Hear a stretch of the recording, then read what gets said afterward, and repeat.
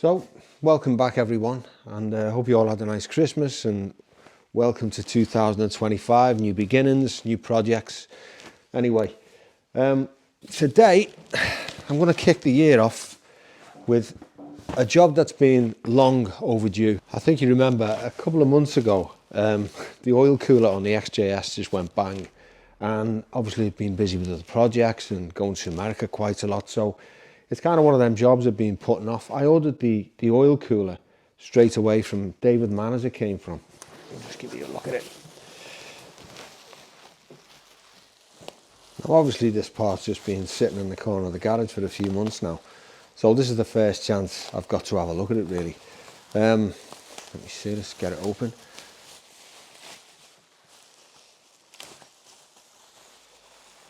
Now look at that. That looks like a nice quality part. It's going to fit perfectly. It's identical to the one I'm going to be taking off. Now, before I get stuck in, I've been looking at various things on the net. There isn't too much about taking the oil cooler off or replacing the oil cooler. I mean, there's bits and bobs on bleeding the coolant system or refreshing the coolant system and hoses and the likes of that. But there's nothing actually that describes perfectly the easiest way to take one of these off and refit it. Some people are saying you have to take the bonnet off, and then you have to take the radiator out, you have to drain all the coolant, you have to lift the aircon rad, various different bits and bobs. And normally you can read between the lines on these things, but I must say I'm completely joshed on this. I think it's going to be a little bit of trial and error and just figuring it out for myself, like most things of course. So yeah, I'm just going to start at the bottom, see if I can do it without taking the bonnet off and the radiator out. There might be a way that I can kind of squeeze it out. I think the problem's going to be undoing those fittings. You know, you've got like steel onto aluminium fittings and they often just weld up. But let's see, come on, how difficult can it be? Yeah, okay, let's see how we get on. And as always, there's only one thing left to do, and let's get stuck in.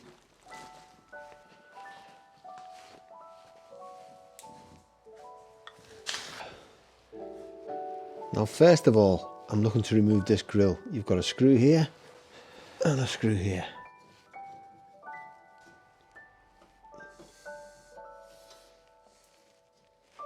And with a little bit of persuasion,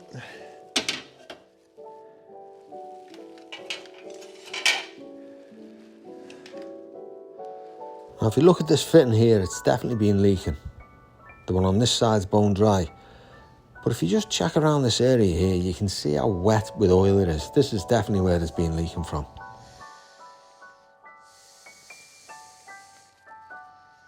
If you look at the bottom here, the new one, you've got two threaded holes. So this is where it's held on by bolts.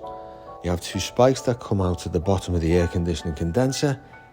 They go through these holes, and that's how the cooler is held in place. So to get to it, it's first off with that bottom plastic skirt, which is held in by a series of screws and 4 bolts to either side.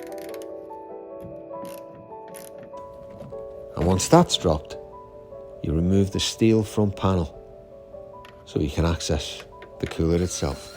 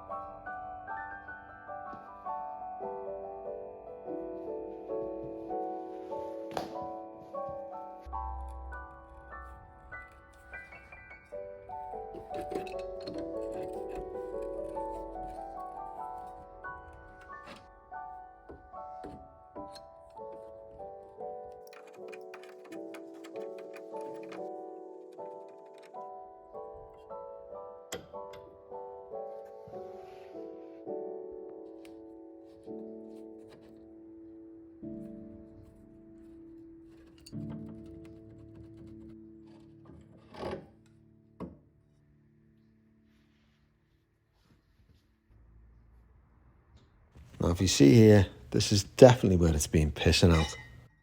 Oof, well, that needs a bit of a clean up. Now what we're looking at here is the bottom of the radiator itself. And this is just years and years of dirt and debris that's blown past the oil cooler itself and blocked up the bottom vanes. So when the engine's running, the vanes are filled with coolant, and as the airflow blows through, this is what keeps your engine nice and cool. So it's really important that these are kept clean and free so the air can blow through. And of course they're really delicate, so be careful when you're doing this.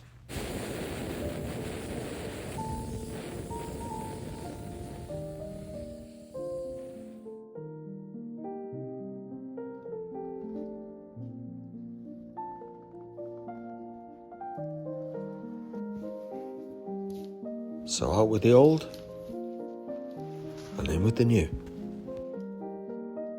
And you'll notice the inlet and outlet pipes connect and seal with a machine fit, so there's no real need to put this blue stuff on, but I just do it as an extra precaution in case the nut backs off. But if you are going to use this stuff, just make sure you tighten the nut up immediately, because once this stuff starts to go off, it'll actually impede the thread.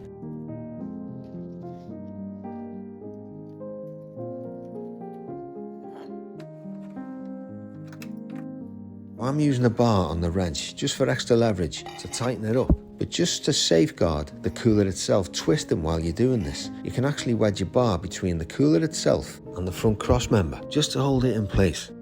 Then run the engine just to make sure there's no leaks, and when you're happy, everything goes back on.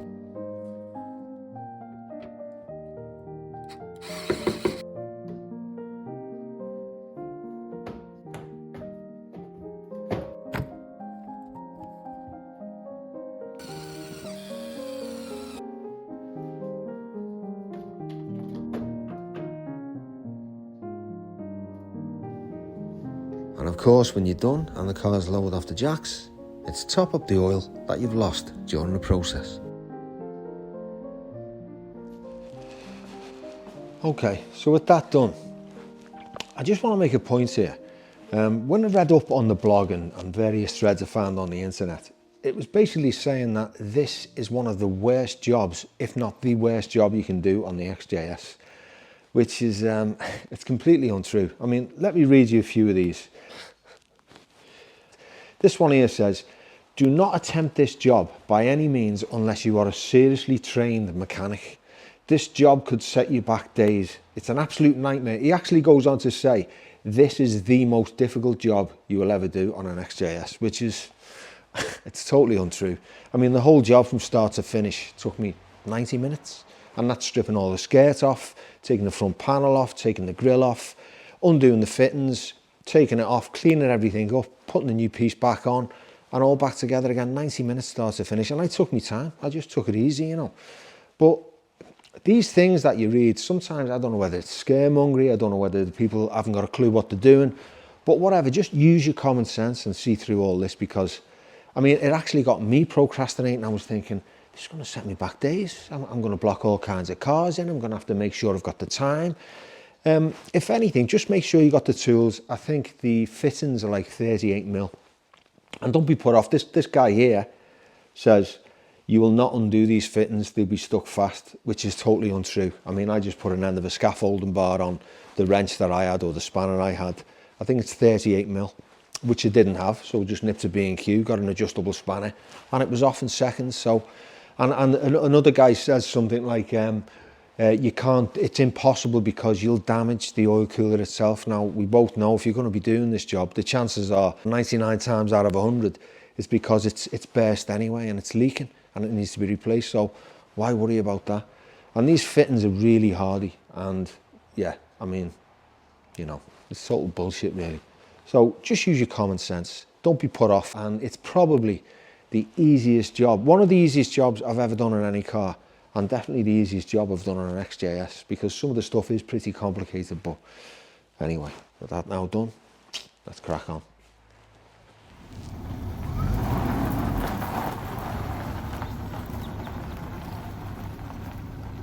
So to test my handiwork out, and since I haven't driven the Jag in a few months, I thought I'd treat it to a good drive out to the British Motor Museum in Gaydon, Warwickshire, where the Jaguar Breakfast Club are holding their first meet of the year.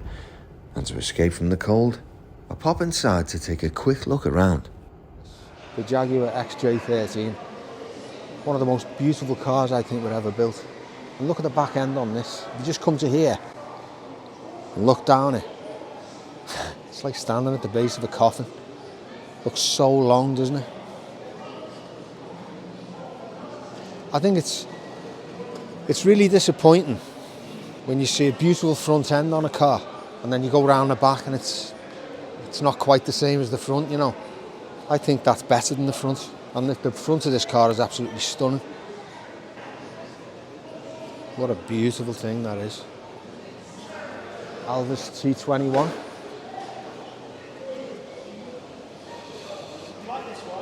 I suppose these were in competition with the Rolls-Royce at the time, and the Bentleys and the Bristols.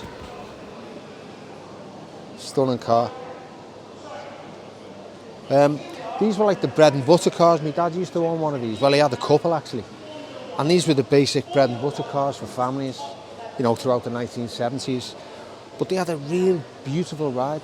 They were on the hydroelastic suspension, which just gave you the feeling that you were just floating like a magic carpet ride. It was the same in the Wolseley 6s and the Land Crabs at the time as well. Yeah, lovely car, really underrated, but as always, suffered terrible with rust.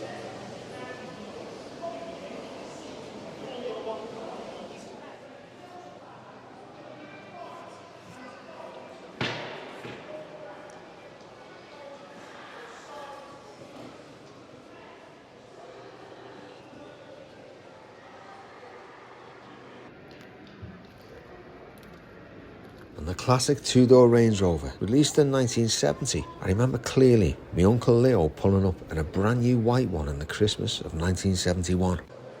Happy memories. And just look at this 1935 Royal Winchester Caravan. Luxury from bygone years.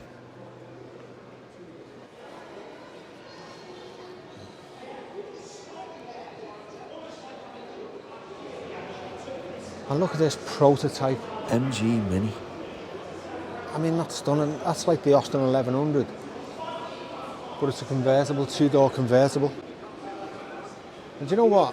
The interesting thing about this is if you look at the back end, it's almost identical to a Peugeot that they had in the 90s, which was a massive hit. And I'm sure they've nicked it off these. And if you think if they would have carried this one through, it could have been a massive hit for MG. See, with the mini wheels as well. What a car that would have been. And a roof that fits as well. Amazing. You know, I've just skimmed over things here, but it's certainly worth a visit. There's even something for small children to stop them getting bored.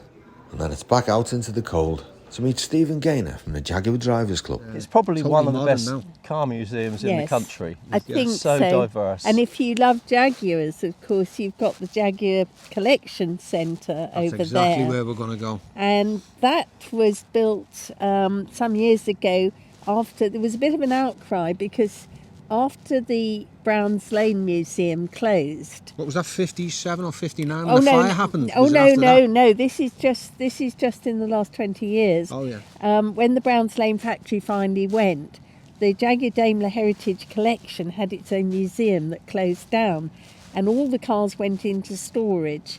And there was quite a campaign. My old magazine where I used to work, Classic and Sports Car, launched a campaign online to sort of shame Jaguar basically into doing something about the collection. And after a lot of toing and froing, they finally announced, I think it was 2 or 3 million, to build the collection centre, and it now houses the main Jaguars from the company's heritage collection. Yeah. And can I just butt in here? This is a lady, she's so passionate about what she does and what she preaches. She rebuilt her own E-Type engine, plus the suspension. She's got her own press, her own machine shop back home. She's putting us all to shame. Steve, you just watch, don't you? I just watch and learn. Every That's day. a lie, by the way. He's very hands-on. Don't you believe it? He rebuilt his own E-Type from scratch, didn't you? Yep, we can do E-Types between us, Yeah, can't we can do E-Types, yes.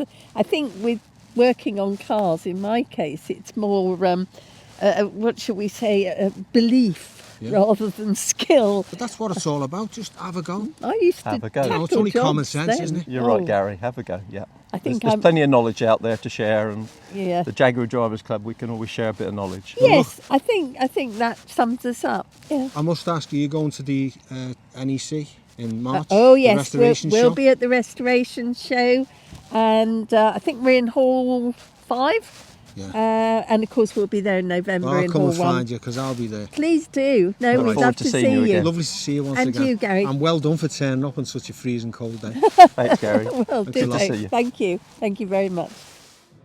So it's back inside for another one. Oof. Now here we've got Lady Diana, Princess of Wales, XJS convertible.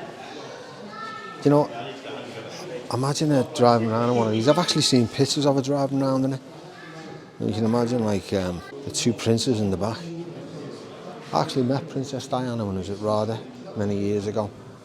Very elegant lady, beautiful lady, very tall and elegant.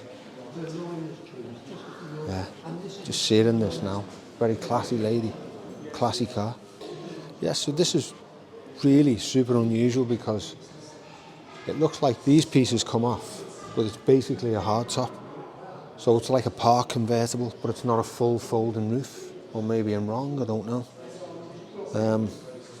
Like they did with the Ferraris and the Porsches. A Targa, I think it's called, isn't it? Targa top. Correct me if I'm wrong. But I think this actually belongs to the Queen Mother, and then the Queen, and then Lady Diana. It's, talk about keeping it in the family. But like I said before, what a beautiful, what an elegant car. And very fitting for Princess Diana and the young princes. Lovely. Over here we've got the D-types. Probably the rarest of them all. And we've got a long nose and a short nose. I think, I don't know, but these may be the Duncan Hamilton cars, which basically won everything when they first came onto the race scene. You know, there was a fire that happened at Jaguar, I think it was in 59, correct me if I'm wrong, 57 or 59, and it wiped out.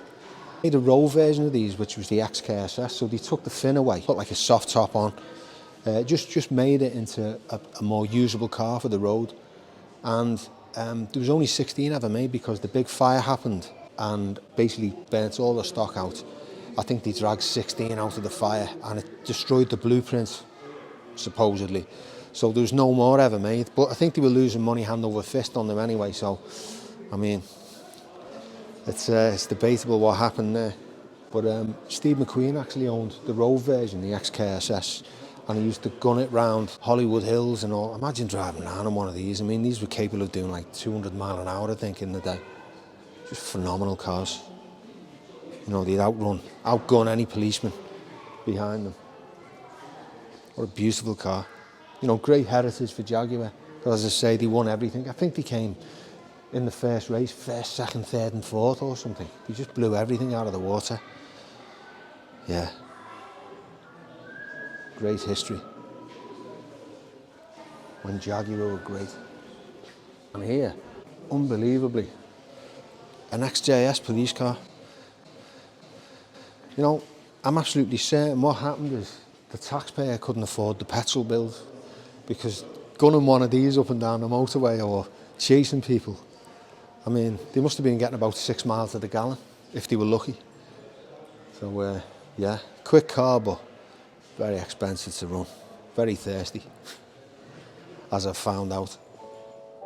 So to kick off the year, it's been a thoroughly enjoyable day. And most importantly, with another job ticked off the list, the Jaguar XJS is back in the game.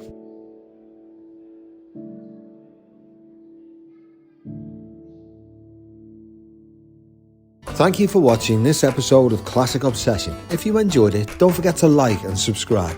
And see you all next time.